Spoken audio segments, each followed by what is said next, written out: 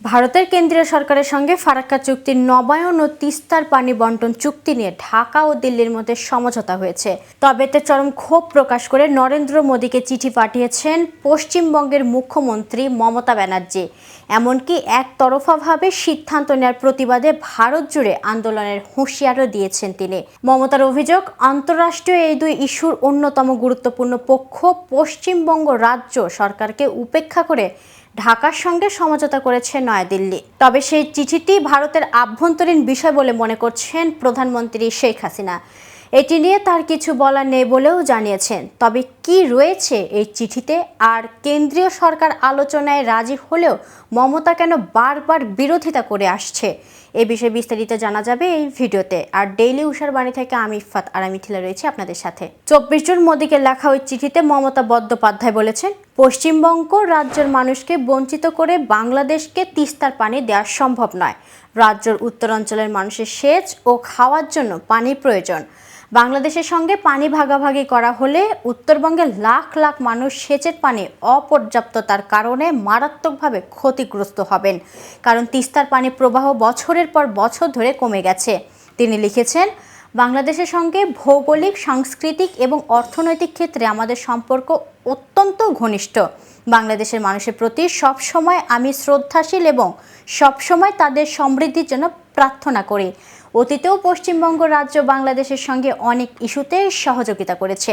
ভারত বাংলাদেশ ছিটমহল বিনিময়, Indo Bangladesh rail line এবং বাস সার্ভিস এক্ষেত্রে বাংলাদেশ এবং এই অঞ্চলের অর্থনৈতিক সমৃদ্ধির অর্জনে মাইলস্টোন হিসেবে বিবেচিত। চিঠিতে মমতা আরও জানান, ধারণা করা হচ্ছে বাংলাদেশের প্রধানমন্ত্রী শেখ হাসিনার ভারত সফরে গঙ্গা এবং তিস্তা নদীর পানি বন্টনের বিষয়ে আলোচনা হয়েছে, কিন্তু রাজ্য সরকারের সঙ্গে কোনো আলোচনা না করে কেন্দ্রীয় সরকারের সিদ্ধান্ত কোনো ক্রমেই গ্রহণযোগ্য নয়।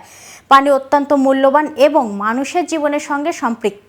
মানুষের ওপর সরাসরি এবং মারাত্মক প্রভাব ফেলতে এমন গুরুত্বপূর্ণ ইস্যুতে আমরা ছাড় দিতে পারি না। এ ধরনের চুক্তির ফলে সবচেয়ে খারাপ প্রভাব পড়বে পশ্চিমবঙ্গের মানুষের উপর। চিঠির শেষ দিকে পশ্চিমবঙ্গের মুখ্যমন্ত্রী লেখেন, রাজ্য সরকারের সম্পৃক্ততা ছাড়া তিস্তার পানি বন্টন ও ফারাক্কা নিয়ে কোনো আলোচনায় বাংলাদেশের সঙ্গে করা উচিত নয়।